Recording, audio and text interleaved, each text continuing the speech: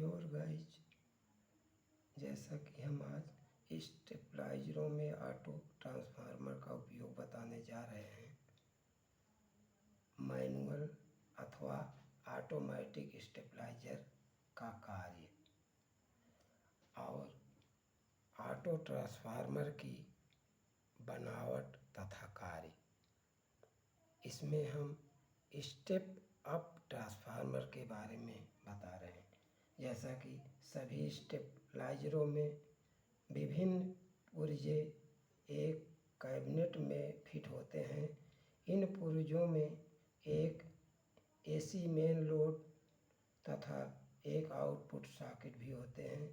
बिजली घर से आने वाली एसी सप्लाई का मान यदि 230 वोल्ट पर स्थिर रहे तो स्टेबलाइजरों के प्रयोग की आवश्यकता ही न रहे, परंतु सप्लाई का मान कभी घटकर 200 वोल्ट, कभी 180 वोल्ट, फिर 140 वोल्ट तक पहुंचता है तथा कभी बढ़कर 240 वोल्ट तथा कभी 270-80 वोल्ट तक जा पहुंचता है। इस बदलते मान की एसी सप्लाई को लीड में होकर स्टेबलाइजर के इनपुट पर दिया जाता है। स्टेबलाइजर में लगे पुर्जे इस प्रकार क्रिया करते हैं कि आउटपुट सॉकेट पर मिलने वाली एसी सप्लाई का मान 180 नीचे नहीं जाता है तथा 230 वोल्ट के ऊपर नहीं जाता, अर्थात 220 वोल्ट से 20-30 वोल्ट तक कम या अधिक मान की एसी सप्लाई स्टेबलाइजर से प्राप्त हो जाती है।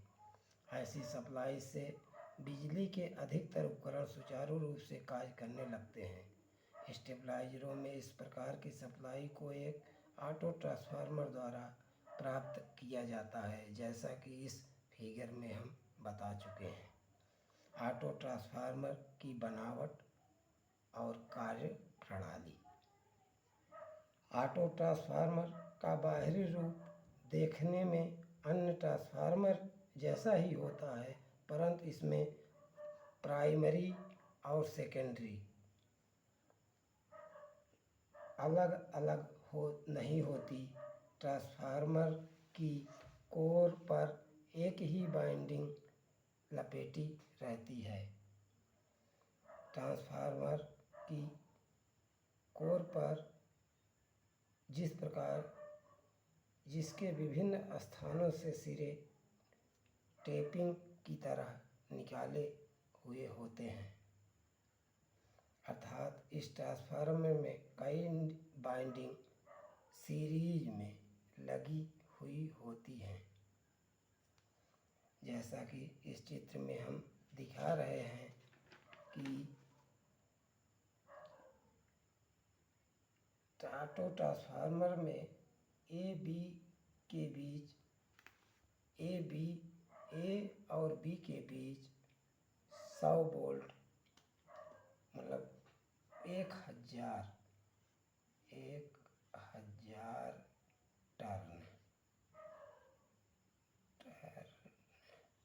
1000 टर्न तथा बी सी के बीच जो है 100 टर्न और सी डी के बीच 100 टर्न और डी और ई के बीच 100 टर्न और ई और एफ के बीच 100 टर्न और जो है एफ जी के बीच 100 टर्न। इसी तरह हम इसमें 1000 टर्न पर हम इनपुट सप्लाई ए और बी के बीच में लगाते हैं और जो है बी और सी इसमें 100 टर्न पर हम 15 वोल्ट की सप्लाई प्राप्त करते हैं और जो है सी और डी के बीच 15 वोल्ट और डी और ई के बीच 15 वोल्ट और ई और एफ के बीच भी 15 वोल्ट और 15 वोल्ट और F और G के बीच भी 15 वोल्ट, अर्थात 100 टर्न पर 15 वोल्ट सप्लाई मिलती है। तो हम अभी बता रहे थे कि A और B के बीच में इनपुट सप्लाई 150 वोल्ट हम इसमें देते हैं और आउट वोल्ट हमें 165 अर्थात 150 A और B के बीच, इसमें प्लस 15 अर्थात 165 वोल्ट। यदि हम सप्लाई A और B पर लगाएंगे तो A और C के बीच, या मतलब A और C के बीच हम 165 वोल्ट प्राप्त करेंगे और A और D के बीच में 180 वोल्ट और आउटपुट हमें 155 वोल्ट A और E के बीच मिलेगी और आउटपुट 210 वोल्ट हमें A और जो है F के बीच में और आउटपुट 225 वोल्ट हमें A और G के बीच में मिलेगी। इस प्रकार यदि हम सप्लाई से कुल 150 वोल्ट की सप्लाई लगाते हैं तो हमें 15, 15, 15, 15, 15 अर्थात 15 दूनी 30, 15 तीन 45, 15 14, 15 55 मतलब 75 वोल्ट सप्लाई हमें अधिक मिलती है। 150 देने पर हमें 225 सप्लाई मिल जाएगी। इसी प्रकार यदि हम 300 वोल्ट नॉर्मल AC सप्लाई को 1500 टर्नों के बीच A और G सिरे के बीच दिया जाए तो 100 टर्न पर 20 वोल्ट उत्पन्न होंगे। A B के बीच 300 वोल्ट गुणे 300 वोल्ट बटे 1500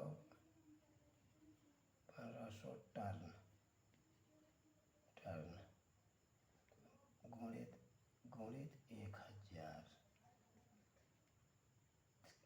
इस प्रकार 200 वोल्ट सप्लाई मिलेगी है।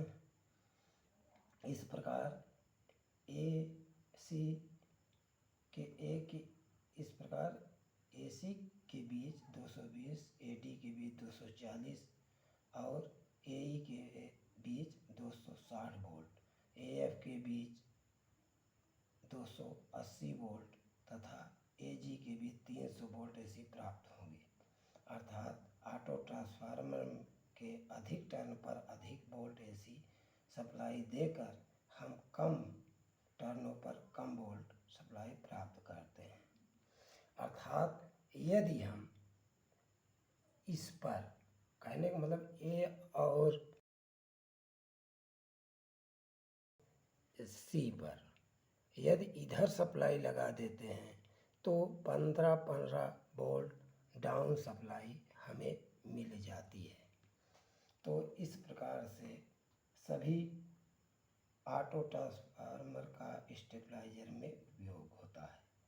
सभी मैनुअल ऑटोमेटिक स्टेबलाइजर में एक ऑटो ट्रांसफार्मर का ही प्रयोग किया जाता है। बिजली घर से आने वाली सप्लाई को मैनुअल स्विच द्वारा अथवा ऑटोमेटिक स्विच किया जाता है। इसी सप्लाई को हम ऑटो ट्रांसफार्मर के कॉमन सिरे तथा किसी अन्य सिरे के बीच दिया जाता है।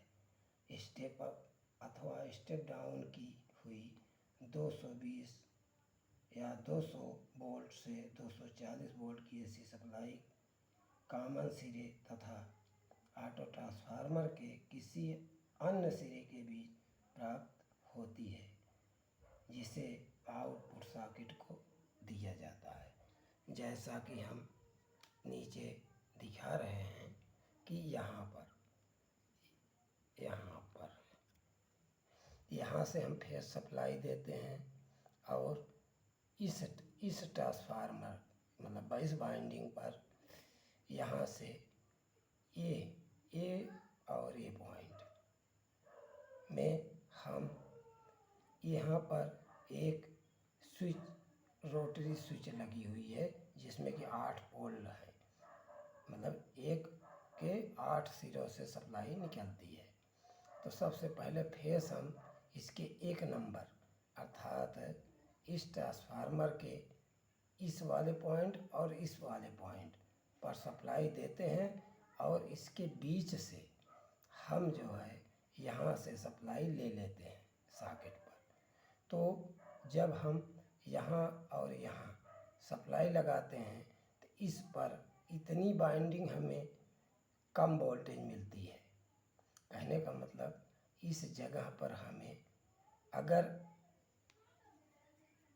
1 और 2 पॉइंट अप, यहाँ से सप्लाई 2 पॉइंट जो है डाउन डाउन डाउन, मतलब जब सप्लाई हम पूरी इस सिरे से और इस सिरे पर लगाते हैं तो 1 नंबर और 2 नंबर हमें यहाँ पर डाउन सप्लाई मिलेगी।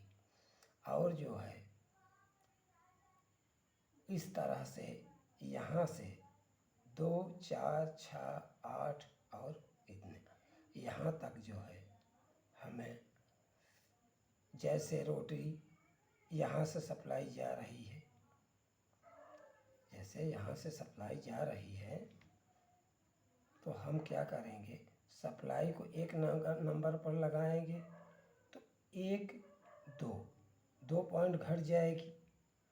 और जैसे ही सप्लाई यहाँ लगाएंगे तो 1 नंबर घटेगी और यहाँ पर लगाएंगे 3 नंबर पर तो हमें जितनी सप्लाई दे रहे हैं उतनी ही सप्लाई मिलेगी।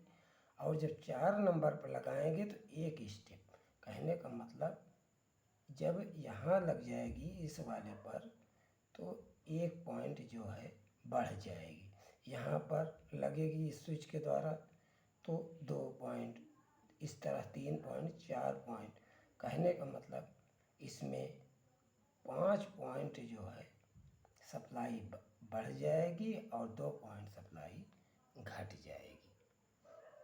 तो इस तरह हमारा एक ही ऑटो ट्रांसफार्मर हमें अप और डाउन दोनों में काम करता है।